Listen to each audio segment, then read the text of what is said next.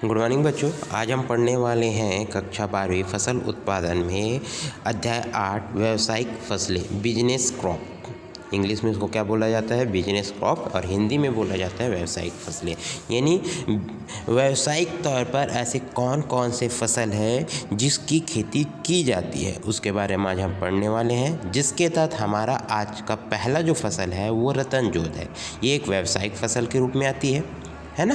व्यावसायिक फसल के रूप में एक बिजनेस के तौर पर ये फसल की जाती है। एक बिजनेस के तौर पर ये फसल क्या की जाती है और इसकी खेती किस तरीके से की जाती है, इसका पादप वितरण क्या होता है, इसकी कुल और इसकी वनस्पतिक नाम, इसके बारे में आज हम पढ़ने वाले हैं। ठीक है, तो आगे बढ़ते हैं। हमारा टॉपिक है आज का रतन जोत। ठीक है, तो आइए देखते हैं उसका सबसे पहले वनस्पतिक नाम क्या है। इसका वनस्पतिक नाम जो है सिमोएंडेसिया। ठीक है, सिमोएंडेसिया साइनेंसिस। क्या नाम है? सिमोएंडेसिया साइनेंसिस इसका जो है एक वनस्पतिक नाम है। कुल जो है सिमोन डेसी, कुल जो है इसकी सिमोन डेसी की है। तो ये क्या है, किस तरीके की फसलों के तहत आती है और किस तरीके की खेती की जाती है, इसके बारे में आगे हम प्रस्तावना के तहत अगर बात करते हैं तो हमारे देश में पर्यावरण जो है प्रदूषण के लिए वाहन 28 से 30% तक उत्तरदायी है। ध्यान से सुनिएगा क्या बोला जा रहा है। पर्यावरण जो हमारा भारत देश का जो पर्यावरण है बहुत ही प्रदूषित क्षेत्र के तहत, अगर आज के स्थिति में अगर हम देखते हैं तो प्रदूषित क्षेत्र के तहत देखा जाता है ना। और इसका जो कारण है पूरी तरीके से हम मनुष्य ही हैं। इसका जो कारण है पूरी तरीके से हम क्या है, मनुष्य हैं, और पूरा उत्तरदायित्व तो हमें ही दिया जाता है। ठीक है, पूरा उत्तरदायित्व हम मनुष्य ही लेते हैं कि कहाँ किस तरीके से हमें हमारे पर्यावरण को दूषित करने से हमें क्या करना है, बचाना है। ठीक है, तो यहाँ लिखा हुआ है कि हमारा देश जो है पर्यावरण प्रदूषण के लिए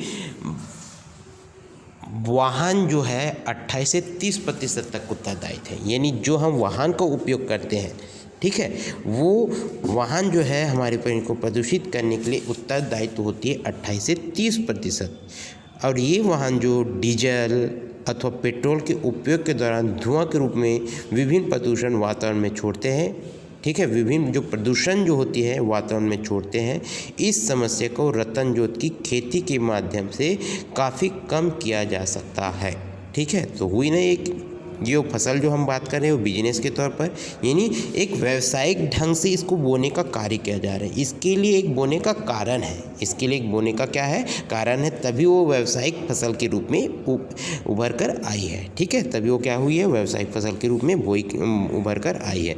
रतन जोत जो है हम इसके खेती करके जो गाड़ियों के द्वारा, वाहनों के द्वारा जो प्रदूषण हम अपने देश में फैला रहे हैं, जो प्रदूषण हम अपने देश में फैला रहे हैं, किस तरीके से, जब हम वाहन में डीजल और पेट्रोल, खाद्य तेल, जो खनिज तेल होते हैं उनका हम उपयोग करते हैं। ठीक है, तो उपयोग करते हैं तो वाहनों के द्वारा जो धुआं रूप प्रदूषण उत्पन्न होती है, धुआं रूपी जो प्रदूषण उत्पन्न होती है, उनकी रोकथाम के लिए, ठीक है, उनकी रोकथाम के लिए हम रतन जोत की खेती करते हैं। यानी हम रतन जोत की खेती के माध्यम से इनकी जो समस्या होती है, धुआं रूपी जो समस्या उत्पन्न होती है प्रदूषण के रूप में, उनकी रोकथाम हम काफ़ी हद तक कम कर सकते हैं।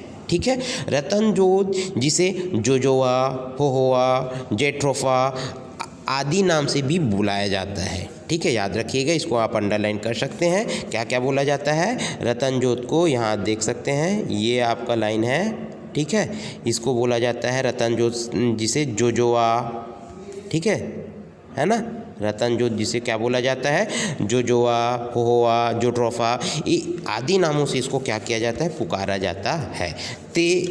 इनके जो तेल हैं, तेल से हमें जैविक डीजल की उपयोग, इनके जो तेल से प्राप्त जो जैविक डीजल है, यानी रतन जोत से हमें क्या प्राप्त होती है, एक तेल प्राप्त होती है। रतन जोत के पौधे से हमें क्या प्राप्त होती है, एक तेल प्राप्त होती है। तो तेल से प्राप्त जो जैविक डीजल होती है उनका उपयोग से हम ट्रैक्टर, कार, बस, ट्रक, मोटरसाइकिल, स्कूटर, जनरेटर और पंपिंग सेट आदि सुगमता से हम चला सकते हैं। ठीक है, हम क्या कर सकते हैं, हम इसके द्वारा इनके तेलों को उपयोग करके जो वाहन है उसको हम चला सकते हैं। ठीक है, जो वाहन प्रदान की गई है हम लोग को व्यावसायिक फसलों के लिए, कार्यों के लिए जो वाहन हम उपयोग में लाते हैं, एक स्थान से दूसरे स्थान तक जाने के लिए जो वाहन का उपयोग हम करते हैं, उन सारी चीज़ों में हम इनके जैविक डीजल को उपयोग करके काफ़ी हद तक जो प्रदूषण हो रही है उनको हम रोक सकते हैं। यानी इन जो हम व्यावसायिक रूप से खनिज तेल का जो उपयोग करते हैं जैसे कि डीजल और पेट्रोल, इससे बहुत ही अधिक मात्रा में जो है धुआं गाड़ियों से निकलती है और गाड़ियों से निकलने के कारण जो धुआं होती है वो विषैली धुआं के रूप में होती है और पूरी तरीके से वातावरण को क्या करती है, अनुकूल वातावरण के अनुकूल उसको पूरी तरीके से शुद्ध करने के बजाय प्रदूषित करने लगती है। ठीक है, शुद्ध करने के बजाय क्या होती है, वो पूरी तरीके से वातावरण को प्रदूषित करती है, जिससे हमें सांस लेने की बीमारियां बहुत जल्दी हो जाती है। यानी पूरी तरीके से हमारे वातावरण में हम शुद्ध रूप से ऑक्सीजन गैस का भी श्वसन क्रिया के लिए हम उपयोग में नहीं ला सकते, क्योंकि वातावरण जो है पूरी तरीके से क्या हो जाती है, प्रदूषित हो जाती है। वातावरण जो है पूरी तरीके से क्या हो जाती है, प्रदूषित हो जाती है। तो इसके माध्यम से इनके तेल से जो जैविक डीजल निकलता है, इनके तेल से जो जैविक डीजल हमें प्राप्त होती है, उसके द्वारा हम क्या कर सकते हैं, ट्रैक्टर का उपयोग, कार का, बस का, ट्रक का, motorcycle, scooter, generator, pumping set, इन आदि जो मोटर पंप होते हैं उनका उपयोग हम इनके जैविक डीजल के सहायता से क्या कर सकते हैं, कर सकते हैं। ठीक है, ये हो गया। आगे क्या लिखा है, इसके द्वारा कोई भी प्रदूषक वातावरण उत्सर्जित नहीं होता है। खास तौर पर हम इसको इसलिए उपयोग करते हैं क्योंकि ये जो है जो खनिज तेल यानी डीजल और पेट्रोल है, ठीक है, इनके उपयोग से जो धुआं निकलती है उनकी रोकथाम के लिए हम क्या करते हैं, रतन ज्योत का उपयोग करते हैं। ठीक है, यानी इनके पौधे से जो तेल हमें प्राप्त होती है, जैविक डीजल के रूप में जो हमें प्राप्त होती है, वो जो जैविक डीजल होती है वो उसमें धुआं रहित तेल का हम उपयोग कर सकते हैं। यानी इससे हमें बिल्कुल भी प्रदूषण नहीं होती, यानी प्रदूषक वातावरण उत्सर्जित हमें इससे नहीं प्राप्त होता है। तो यह हमारे लिए बहुत अच्छी चीज़ है कि हम क्या कर सकते हैं, इनका उपयोग करके हमारे जो वातावरण है, हमारा जो पर्यावरण है, उसको दूषित करने से बचा सकते हैं। नेक्स्ट इसके आगे हम पढ़ते हैं इसी के बारे में, पादप वितरण के बारे में। ठीक है, पादप वितरण। तो पादप वितरण का मतलब क्या होता है, ये जो पौधे हैं उनकी वितरण प्रणाली के तहत रतन ज्योत का जो पौधा होता है 3 से 4 मीटर ऊंचाई तक बढ़ने वाला होता है। ठीक है, रतन ज्योत का जो पौधा पाया जाता है वो 3 से 4 मीटर ऊंचाई तक की पाई जाती है और 3 से 4 मीटर तक बढ़ने वाले पौधों के रूप में आती है। इसकी मूसला जड़ भूमि की गहराई तक चली जाती है। मूसला जड़ का मतलब क्या होता है, एक मजबूत जो जड़ होती है, इसलिए उसको मूसला जड़ बोला जाता है। मजबूत जो जड़ होती है वो पूरी तरीके से भूमि की गहराई तक रहती है और एक उष्णकटिबंधीय पौधे के रूप में यहाँ आती है। ठीक है, और ये क्या होती है, एक उष्णकटिबंधीय पौधे के रूप में आती है जो 50 डिग्री सेल्सियस तापमान तक सफलतापूर्वक उगाया जा सकता है। कितने तापमान तक, 50 डिग्री सेल्सियस तापमान तक। क्या बोला गया है, 50 डिग्री सेल्सियस तापमान तक सफलतापूर्वक उगाया जा सकता है। और यह ऐसे स्थानों पर जहाँ 15 से 50 सेंटीमीटर वर्षा होती है, और यह ऐसे स्थानों पर जहाँ 15 से 50 सेंटीमीटर तक वर्षा होती है वहाँ भी हम इसकी खेती कर सकते हैं, इसकी कृषि की जा सकती है। और ये जो पौधा होता है एक लिंगिक पौधा होता है। एक लिंगिक पौधा का मतलब क्या होता है, इसमें नर तथा मादा पुष्प अलग अलग पौधे पर लगते हैं। एक लिंगिक पौधा मतलब जहाँ एक लिंग पाई जाती है। ठीक है, एक लिंगी पौधा मतलब का क्या बोला जाता है, जहाँ पर एक लिंगी पौधा पाई जाती है, उसमें एक लिंगी पाई जाती है, उसको बोला जाता है एक लिंगी पौधा। यानी नर तथा मादा जो होती है वो अलग अलग पौधों पर पाया जाता है। नर तथा मादा पुष्प जो होती है वो अलग अलग पौधों पर पाया जाता है। नर पुष्प सदैव गुच्छों में लगते हैं। ध्यान दीजिएगा, बहुत ही अच्छा और महत्वपूर्ण हमारे लिए जानकारी है कि नर पुष्प जो होती है वो सदैव गुच्छों में पाई जाती है। नर पुष्प जो होती है वो सदैव गुच्छों में पाई जाती है, यानी रतनजोत के पौधे में नर पुष्प जो होती है सदैव गुच्छों में ही लगते हैं, जिनकी संख्या जो होती है 7 से 36 तक की होती है। जिनकी संख्या जो होती है, पुष्पों की जो संख्या होती है उन गुच्छों में, वो 7 से 36 तक होती है। शाखा की एक ग्रंथि से एक ही मादा फूल निकलता है, ठीक है। और जो शाखा मादा लिंगी होती है, ठीक है, मादा लिंग की जो शाखा पाई जाती है उसमें उसकी ग्रंथि से एक ही पौधा एक ही फूल क्या होती है, निकलती है, ठीक है। नर पुष्प सदैव गुच्छों में और 7 से 36, ठीक है। और शाखा की एक ग्रंथि से एक ही मादा फूल निकलते हैं, मतलब जो यहाँ पहले बोला गया है कि नर तथा मादा पुष्प अलग अलग पौधे पर पाया जाता है, ठीक है। तो नर पुष्प जो होती है सदैव गुच्छों में 7 से 36 फूल उसमें दिखाई देते हैं, और जो मादा होती है, मादा लिंगी पौधे होती है, उसकी शाखा में एक ग्रंथि से केवल एक ही मादा फूल निकलता है, ठीक है। एक ग्रंथि से केवल क्या निकलता है, एक ही मादा फूल निकलता है। फूल प्रायः अक्टूबर नवंबर माह में आते हैं। फूल जो प्रायः है अक्टूबर नवंबर माह में आते हैं, और जिनमें अप्रैल और मई में बीज आ जाते हैं, ठीक है। यहाँ आप देख सकते हैं फूल जो प्रायः कहाँ कौन से महीने में आते हैं, अक्टूबर से नवंबर माह में, और जिनमें फूल जो होती है अप्रैल से मई तक के बीज आ जाती है, ठीक है। अप्रैल से मई के बीच में उनमें बीज जो है उत्पन्न हो जाती है। फल इनका हरा होता है, जो बाद में पककर कत्थई रंग का हो जाता है। फल जो होता है इनका क्या होता है, हरे रंग का होता है, ठीक है। फल जो होता है इनका क्या होता है, हरे रंग का होता है, जो बाद में पककर क्या हो जाता है, कत्थई रंग का हो जाता है। फल से 3-4 बीज प्राप्त होते हैं। एक फल से हमें कितने बीज प्राप्त होते हैं, 3 से 4 बीज प्राप्त होते हैं, ठीक है। एक फल से हमें कितने बीज प्राप्त होते हैं, 3 से 4 बीज प्राप्त होते हैं। और बीज जो होता है गोल तथा लंबा एवं एक और नुकीला होता है। उनका जो बीज प्राप्त होता है हमें गोल तथा लंबा, और एक और क्या होता है, नुकीला होता है। जैसे कि हमने सूरजमुखी के पौधे के बीज के बारे में पढ़ा था, जिसमें से उसका ऊपरी भाग जो होता है चपटा गोलाकार होता है, और नीचे का आकार थोड़ा सा क्या होता है, नुकीले आकार का भी पाया जाता है। उसी तरीके से यहाँ भी क्या होता है, बीज जो होता है गोला लंबा एवं एक और नुकीला होता है। गोला लंबा और एक और क्या होता है, नुकीला होता है। इसमें 45 से 55% तक तेल प्राप्त होता है, यानी एक बीज से हमें 45 से 55% तक का तेल प्राप्त होता है। आप देख सकते हैं कि इसे बोना कितना लाभदायक होता है व्यावसायिक फसलों के रूप में। अगर एक बीज से हमें 45 से 55% तक का तेल प्राप्त होता है, तो आप बता सकते हैं कि अगर हमें ऐसे प्रति हेक्टेयर की दर से अगर बहुत सारे बीज हमें अगर प्राप्त होते हैं, तो हम कितनी तादाद में उसे जो जैविक डीजल प्राप्त होती है, तेलों से जैविक डीजल प्राप्त होती है, उसका उत्पादन हम इकट्ठा करके एकत्रित करके जो खनिज तेल है उनका हम जो वाहनों में उपयोग करते हैं, उनको अगर बंद करके हम इसका उपयोग करते हैं, तो किस तरीके से हम अपने पर्यावरण को प्रदूषित होने से बचा सकते हैं, ठीक है। इसका अनुमान हम लगा सकते हैं, क्योंकि एक बीज से यहाँ क्या प्राप्त हो रहा है, 45 से 55% तक भाग का तेल प्राप्त होता है। रतनजोत एक विदेशी पौधे के रूप में आती है, ठीक है।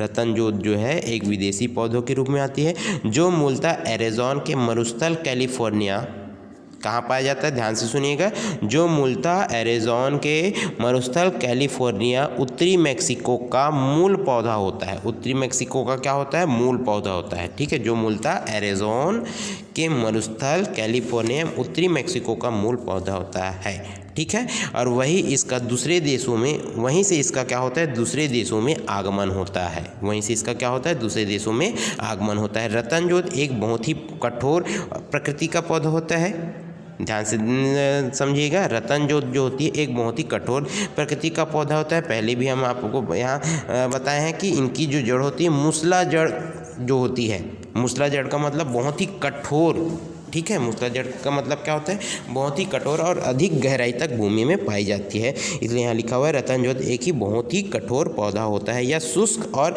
अर्ध शुष्क जलवायु में भी पनप सकता है, यानी यह शुष्क और अर्ध शुष्क जलवायु में पनप सकता है, यानी ये अधिक तापमान पर और निम्नतम तापमान पर भी यहाँ क्या हो सकती, पनप सकती है, ठीक है।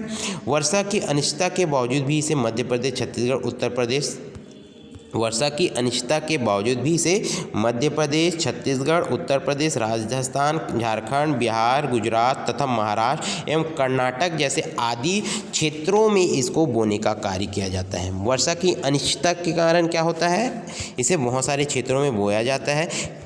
क्यों बोया जाता है? क्योंकि यह शुष्क और अर्धशुष्क जलवायु में भी पनप सकती है, यानी इसे ज़्यादा सिंचाई करने की आवश्यकता नहीं होती। यहाँ लिखा हुआ वर्षा की अनिश्चितता के कारण, जहाँ वर्षा नहीं भी हो पाती उसके बावजूद इसे क्या किया जाता है, बहुत अधिक काय में मध्य प्रदेश, छत्तीसगढ़, उत्तर प्रदेश, राजस्थान, झारखंड, बिहार और गुजरात तथा महाराष्ट्र और कर्नाटक जैसे क्षेत्रों में बोया जाता है और सफलतापूर्वक इसे बोने का कार्य किया जाता है। यह एक उष्णकटिबंधीय पौधे के रूप में आती है। ठीक है, यह एक क्या है, उष्णकटिबंधीय पौधों के रूप में आती है, इसलिए 15 से 20 सेंटीमीटर वार्षिक वाले क्षेत्रों में जीवित रह सकता है। ठीक है, उष्णकटिबंधीय यानी अत्यधिक तापमान वाले पौधे के रूप में आती है, इसलिए इसे 15 से 20 सेंटीमीटर वार्षिक वर्षा वाले क्षेत्र में भी इसमें जीवित रहने की क्षमता पाई जाती है। ठीक है, यानी 15 से 20 सेंटीमीटर वार्षिक वाले क्षेत्र में भी हम इसकी खेती करने का कार्य कर सकते हैं। यह 50 डिग्री सेल्सियस तापमान पर भी जीवित रह सकता है। देख सकते हैं, निम्न तापमान पर भी और अत्यधिक से अत्यधिक तापमान पर भी यह क्या हो सकती है, जीवित रह सकती है। यानी दोनों तरीके से हम इसको बुआई करने का कार्य कर सकते हैं, वो भी सफलतापूर्वक। ठीक है, जहाँ तक भूमि का प्रश्न है, यह अपनी कठोर प्रकृति के कारण सभी प्रकार की भूमि में उगाया जा सकता है। सिंपल सी बात है कि अगर वर्षा की अनिश्चितता के कारण एक उष्णकटिबंधीय पौधों की तहत आती है और ये 15 से 20 सेंटीमीटर वार्षिक वाले क्षेत्रों में और 50 डिग्री सेल्सियस तापमान पर भी यह जीवित रह सकती है, तो इसको किसी भी भूमि पर इनकी कठोर प्रकृति के कारण बोया जा सकता है, उगाया जा सकता है। ठीक है, उपजाऊ भूमि में अतिरिक्त इसे बंजर, ऊसर तथा पथरीली भूमि जो सामान्यतः किसी योग्य नहीं मानी जाती है में भी सफलतापूर्वक उगाया जा सकता है। देख सकते हैं, ये एक ऐसा पौधा है और इनकी कठोरता के कारण अगर हमें उपजाऊ भूमि नहीं मिल पाती है, ठीक है, तो इसे बंजर, ऊसर, पथरीली भूमि जो सामान्यतः कृषि योग्य नहीं पाई जाती, जिसे हम किसी योग्य क्षेत्र में नहीं लाते हैं, उस जगह पर भी इसे सफलतापूर्वक बोया जा सकता है। ठीक है, रतन जोत की पौधा तैयार करने के लिए दोमट मृदा उपयुक्त मानी जाती है। ठीक है, ज़्यादातर जहाँ हम खेती करते हैं उस जगह पर अगर हम इसकी भूमि की बात करते हैं तो रतन जोत के लिए जो पौधा है उनके लिए भूमि जो होती है दोमट मृदा उपयुक्त मानी जाती है। ठीक है, यह 1 हेक्टेयर रोपण हेतु 5 से 6 किलोग्राम बीज से तैयार पौधा प्राप्त रहती है। ठीक है, 1 हेक्टेयर में रोपण हेतु 5 से 6 किलोग्राम बीज हमारे पास पर्याप्त मात्रा में तैयार होती है। बीज की रोपणी में बोने से पूरे 24 घंटे तक पानी में भिगो लेना चाहिए। जब हम बीज का रोपण करते हैं और रोपण करके बोने का कार्य करते हैं तो 24 घंटे पूर्व उसे पानी में पूरी तरीके से भिगो कर रखना चाहिए, यानी 24 घंटे तक उसे पानी में पूरी तरीके से अगर हम भिगो कर रखते हैं तो जो बीज है एक बहुत ही सुगमतापूर्वक अंकुरित हो जाती है, बहुत ही सुगमतापूर्वक और बहुत ही जल्द क्या हो जाती है, अंकुरित हो जाती है। और पौधा तैयार करने के लिए प्लास्टिक की थैली में बालू, इस तरीके के पौधा तैयार करने के लिए प्लास्टिक की थैली में बालू 50%, चिकनी मिट्टी 25%, सड़ी हुई गोबर खाद 25% मिश्रण का उपयोग करना चाहिए। ठीक है, मिश्रण का उपयोग करना चाहिए। थैली में 6 से 8 छिद्र कर देना चाहिए। थैली में क्या कर देना चाहिए, 6 से 8 छिद्र कर देना चाहिए ताकि अतिरिक्त जो पानी होती है वो बाहर चली जाए, यानी इसकी जल निकास के लिए वो कार्य बहुत ही अच्छा होता है ताकि उसकी अतिरिक्त जो जल होती है वो क्या हो जाए, बाहर हो जाए। थैली तैयार करने के लिए उस समय अक्टूबर से मार्च तक का समय उपयुक्त होता है। ठीक है, इस बोए गए पौधे को जुलाई तक 20 से 30 सेंटीमीटर तक ऊंचाई वाले जब हो जाते हैं तब थैली के बीज की बुआई करते समय ध्यान रखना चाहिए कि बीज का नुकीला भाग मिट्टी में दबाया गया है या नहीं। ठीक है, दबाया गया है या नहीं, और दूसरी ओर 1/4 भाग मिट्टी के बाहर है या नहीं, ये आपको ध्यान रखना होता है। बुआई के तुरंत बाद फुब्बारे से सिंचाई करनी चाहिए। फुहारे वाली जो सिंचाई होती है उससे हम इसकी सिंचाई कर लेते हैं बुआई के तुरंत बाद।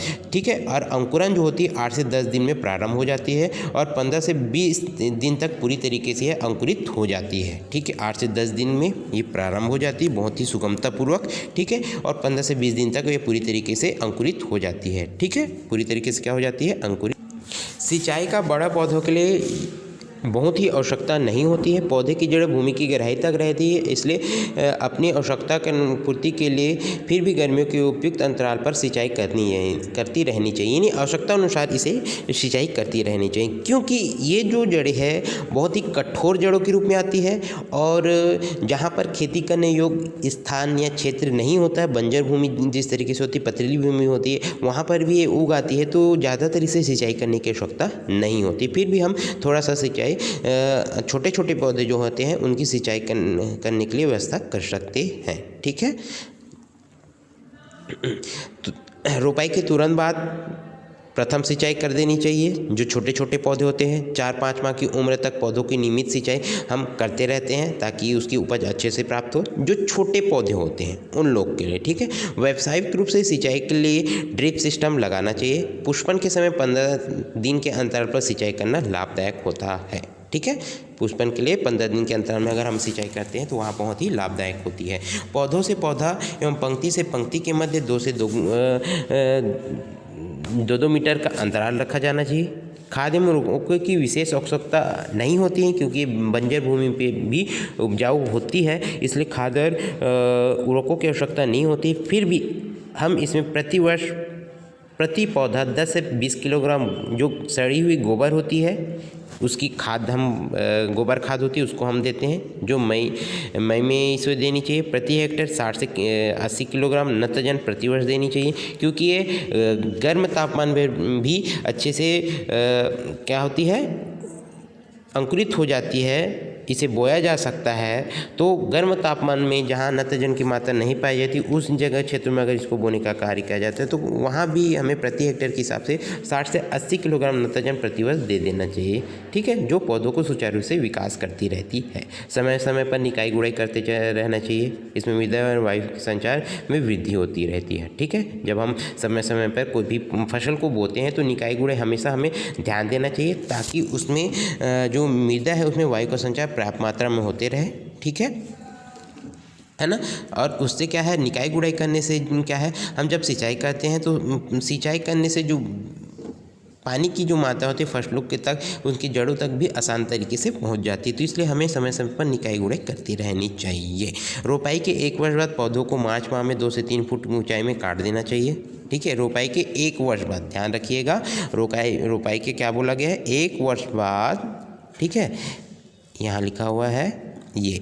ठीक है, 1 वर्ष बाद पौधों को मार्च माह में, पौधों को क्या करना चाहिए, मार्च माह में 2 से 3 फुट की ऊंचाई तक काट देना चाहिए। ठीक है, 2 से 3 फुट की ऊंचाई तक क्या कर देना चाहिए, काट देना चाहिए। यहाँ से पुनः 3 से 4 कलियाँ पुनः विकसित हो जाती है। जब इसको काटते हैं तो 3 से 4 कलियाँ पुनः यहाँ क्या हो जाती है, विकसित होने लगती है, जो आच्छादित पौधों का विकास करती है। क्या करती है, जो आच्छादित पौधे होते हैं उनका विकास करने का वो कार्य करती है। ठीक है, अधिक उपज हम इससे और हमें क्या होती है, अधिक उपज प्राप्त होती है।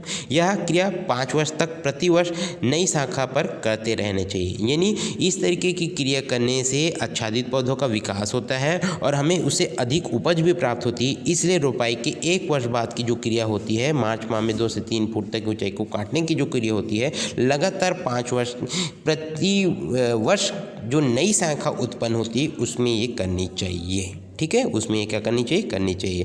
भली प्रकार से प्रबंध किए गए प्रति हेक्टेयर से रोतन जोत की फसल में प्रथम वर्ष ही फसल आ जाते हैं। फल हरे होते हैं जो पकने के समय कत्थई रंग के हो जाते हैं, पहले भी पढ़ा है हमने। ठीक है, प्रत्येक फल से 2 से 3 बीज प्राप्त होती है और दूसरे वर्ष पौधों से 6250 किलोग्राम बीज प्रति हेक्टेयर प्राप्त हो जाती है। ठीक है, प्रत्येक फल से 2 से 3 बीज प्राप्त होती है और दूसरे वर्ष पौधों से 6250 किलोग्राम बीज जो होते प्रति हेक्टेयर हम प्राप्त कर सकते हैं और जो प्रतिवर्ष बढ़ती ही जाती है। इसकी जो बीज दर है वो प्रतिवर्ष क्या होती रहती है, बढ़ती रहती है और 7वें वर्ष से इनसे 30,000 किलोग्राम बीज भी हम प्राप्त कर सकते हैं। 7वें वर्ष में लगातार इनकी बीज दर बढ़ने के कारण हम 30,000 तक की हम क्या कर सकते हैं, बीज दर प्राप्त कर सकते हैं। देख सकते हैं प्रतिवर्ष दूसरे वर्ष में 6250 किलोग्राम दूसरे वर्ष ही।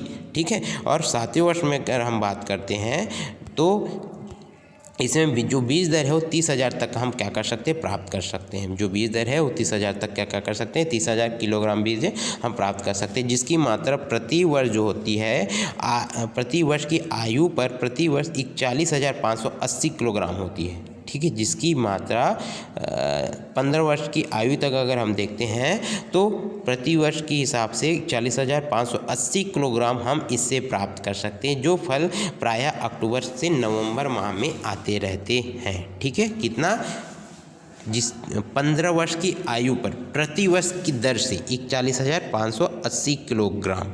ठीक है, तो इस तरीके से हम इसको प्राप्त कर सकते हैं। देख सकते हैं ये निरंतर इसकी दर प्रति दर जो बीज है, बीज दर जो है वो हमें निरंतर प्राप्त होती रहती है। तो इस हिसाब से आप देख सकते हैं कितना ये फसल जो है बहुत ही लाभदायक होता है। ठीक है, कितना ये फसल जो है बहुत ही लाभदायक होता है। ठीक है, पौध संरक्षण, रतन जोत का जो पौधा है बहुत ही कठोर और प्राकृतिक वाला होता है। इसे आमतौर पर कीट और जो व्यक्तियों का आक्रमण होता है वो नहीं हो पाता है, यानी इतना कठोर ये पौधा होता है कि इसमें आमतौर पर जो बहुत सारे जो कीट होते हैं इससे हमें नुकसान नहीं होती, क्योंकि ये बहुत ही कठोर प्रकृति की होती है। रतन जोत का महत्व, ठीक है, आगे हम पढ़ते हैं रतन जोत की महत्व। रतन जोत एक ऐसा पौधा है जिससे राष्ट्र को अनेकों प्रकार से लाभ हो सकते हैं, क्योंकि इसके अनेक प्रकार के गुण पाए जाते हैं। ठीक है, पहला पॉइंट, रतन जोत एक ऐसा पौधा है जिससे राष्ट्र को बहुत सारे लाभ हो सकते हैं अनेक प्रकार के गुण पाए जाने के कारण। इसमें देख सकते हैं इनके बीज से प्राप्त तेल को बायोडीजल कहा जाता है। क्या बोला जाता है, इनके बीज से प्राप्त तेल को बायोडीजल कहा जाता है। डीजल एवं पेट्रोल का अच्छा विकल्प यह होता है। ठीक है, डीजल और पेट्रोल का यह क्या होता है, एक अच्छा विकल्प होता है। इसके उपयोग से एक और जहाँ डीजल और पेट्रोल की जो परेशानी होती है वो पूरी तरीके से समाप्त हो जाती है, वहीं विदेशी मुद्रा की यहाँ क्या होती है, बचत होती है। वही विदेशी मुद्रा की भी यहाँ क्या हो जाती है, बचत हो जाती है। और सबसे बड़े लाभ यह है कि यह डीजल प्रदूषण रहित होता है। ठीक है, ये सबसे बड़ी लाभ यह है कि इससे जो हमें डीजल या पेट्रोल प्राप्त होती है वो पूरी तरीके से क्या होती है, प्रदूषण रहित होती है। इससे सभी प्रकार के इंजन, हल्के या भारी डीजल या पेट्रोल चलित जो इंजन होती हैं उसको हम चलाने का कार्य कर सकते हैं। तो ये बहुत ही अच्छा हमारे लिए एक महत्व, एक लाभकारी महत्व के रूप में कार्य करती है। दूसरा आप देख सकते हैं इसको ऐसी भूमि पर लगाया जा सकता है जो कृषि हेतु उपयुक्त नहीं होते। आगे आपने पढ़ा है, यानी बंजर भूमि, ऊसर भूमि, सूखी भूमि तथा पथरीली चट्टान जो होती है उष्ण क्षेत्रों पर और अधिक शुष्क वाले क्षेत्रों पर और कम शुष्क वाले क्षेत्रों पर 15 से 25 मिलीमीटर वाले वर्षा के क्षेत्रों पर या 50% तक के अधिक तापमान के क्षेत्रों पर भी इसे उगाया जा सकता है। ठीक है, आगे आप देख सकते हैं इसका पौधा कठोर प्रकृति का होता है तथा अधिक लागत की आवश्यकता बिल्कुल भी नहीं होती, क्योंकि एक बार इसको बोने से प्रति दर निरंतर इसके फसलों से हमें बीज दर जो होती है लगातार वृद्धि दर की ओर हमें प्राप्त होती है। जैसे कि आगे आपने पढ़ा है कि 2 वर्ष होते ही इससे बीज की दर जो होती है 6,250 किलोग्राम, बीज की दर जो होती है 6,000 क्या होती है 250 किलोग्राम, जो बढ़ते दर के हिसाब से 7वें वर्ष में 30,000 हमें प्राप्त हो जाती है और 15 वर्ष की आयु तक हम इसे 40,580 किलोग्राम की दर से बीज प्राप्त कर सकते हैं। तो ये निरंतर क्या होती रहती है, बढ़ते रहती है। ठीक है, इसलिए इसमें अधिक लागत की आवश्यकता नहीं होती है। नेक्स्ट अगर हम बात करते हैं इसके पौधों की, तो इसके पौधे में कीटनाशक की प्रवृत्ति पाई जाती है ना। इसके पौधों में क्या पाई जाती है, कीटनाशक की मतलब जो कीट होते हैं इसमें नहीं लगते हैं। ये कीटनाशक प्रवृत्ति की होती है, यानी कीटों का नाश करने वाली होती है। अतः साथ साथ यहाँ आसपास के क्षेत्रों में जो कीट होते हैं उसको पूरी तरीके से नष्ट कर देती है। भूमि में जो दीमक की समस्या होती है, समस्या का जो बहुत ही प्रभावी समस्या होती है उसका पूरी तरीके से प्रभावी समाधान इससे हम कर सकते हैं। इसके बीज में औषधि गुण भी पाए जाते हैं। इसके बीज से प्राप्त तेल से कई प्रकार के ट्राइस्टेरिफाइड करने पर जेट्रोफिन एसिड प्राप्त होता है, जो कैंसर, लकवा, लीवर रोग तथा सांप काटने के उपचार में कारगर सिद्ध होता है। ठीक है, किस तरीके से होता है, इसके बीज से प्राप्त तेल में ट्राइस्टेरिफाइड करने पर जेट्रोफिन एसिड प्राप्त होता है, जो कैंसर से लेके लकवा, लीवर, सांप के काटने से जो हमें परेशानियां होती है उसका हम कारगर रूप से क्या कर सकते हैं, इनका उपयोग एक दवाइयों के रूप में, औषधि के रूप में हम कर सकते हैं, जो हमारे लिए बहुत ही कारगर सिद्ध होती है। ठीक है, जो हमारे लिए क्या होती है, बहुत ही कारगर सिद्ध होती है। आगे आप देखते हैं इनके आंकलन में अगर हम देखते हैं रतन जूट की खेती प्रति हेक्टेयर की आय की गणना के हिसाब से अगर हम करते हैं तो 100 पौधा प्रति हेक्टेयर, 100 पौधा प्रति हेक्टेयर उपज जो होती है पहले वर्ष में, लागत जो होती है 9,172 रुपये।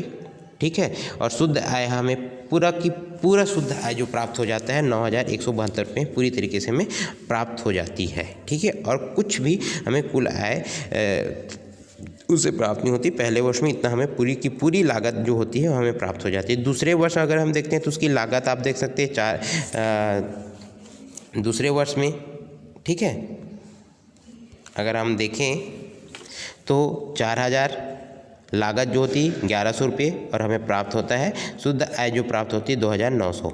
ठीक है, शुद्ध आय जो प्राप्त होती है 2,900 रुपये।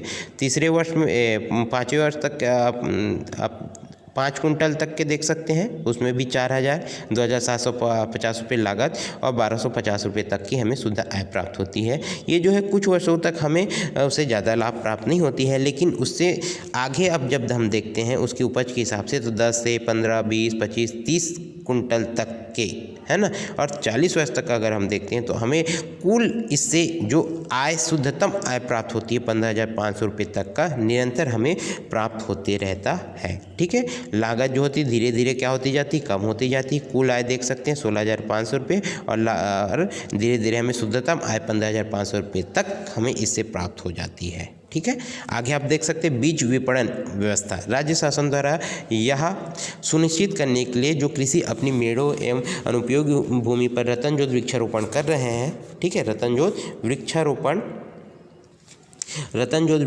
कर रहे हैं। ठीक है, तो उनके द्वारा उत्पादित रतनजोत बीज को उचित दरों पर प्राप्त हो इस हेतु शासन रतनजोत बीज की न्यूनतम शासकीय उपार्जन दर 5 रुपये 50 प्रति किलोग्राम निर्धारित की गई है।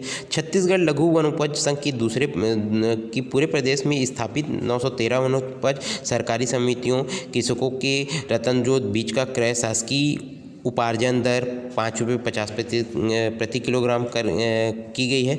उसके बाद सुनिश्चित किया गया है कि रतनजोत वृक्षारोपण करने वाले कृषक को उनके रतनजोत बीज उत्पादन का मूल्य जो है 5 रुपये 50 पैसे प्रति किलोग्राम की दर से अवश्य प्राप्त हो जाए। ठीक है, आगामी संभावनाएं निरंतर बढ़ रही डीजल की दरों की वर्तमान स्थिति को देखते हुए आगामी वर्षों में बायोडीजल का बड़े पैमाने पर चलन बढ़ना अवश्य भावी है। यानी आगे आप देख सकते हैं निरंतर जिस तरीके से खनिज पदार्थ जो होते हैं, खनिज तेल जो होते हैं उनका निरंतर क्षय होते जा रहा है, उसको हम दोबारा प्राप्त तो नहीं कर सकते। तो उनके क्षय होने से आगामी जो संभावना है इसके जो बायोडीजल है वो बड़े पैमाने पर चलने का पूरी तरीके से अवश्य इसमें चलन जो है अवश्य भावी होते हुए दिखाई दे रहा है। परिप्रेक्ष रूप से प्रदेश के सार्वजनिक पंचायती क्षेत्रों से जहां तक निजी निवेश की बड़ी संख्या में बायोडीजल संयंत्रों की स्थापना जगह जगह पर होनी है, क्योंकि इन सभी बायोडीजल संयंत्रों को बड़ी मात्रा में रतनजोत बीज की आवश्यकता होगी।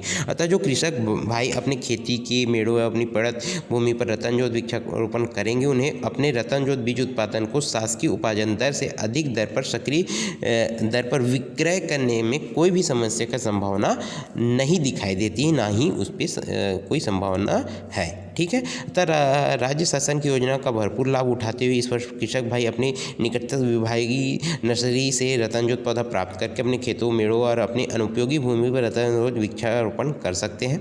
ठीक है, इससे निरंतर उसे क्या होती है, लाभ प्राप्त होती रहेगी। ठीक है, छत्तीसगढ़ में बायोडीजल विकास योजना के तहत छत्तीसगढ़ राज्य के किसान को भी अपनी आमदनी का एक सुनहरा अवसर इससे प्राप्त होता है। रतनजोत के पौधे को अपने खेत में मेड़ पर बंजर भूमि पर भाटा, टिगरा, बाड़ी, खाली मैदानों पर लगाया जा सकता है, जिसके बीज की बिक्री 1-2 साल के बाद कर आमदनी बढ़ा सकते हैं। शासन ने 500 तक पौधे निःशुल्क बगरगंडा, ठीक है, बगरंडा, जाड़ा, रानी जाड़ा, राम जटा के पौधे प्रदान किए हैं।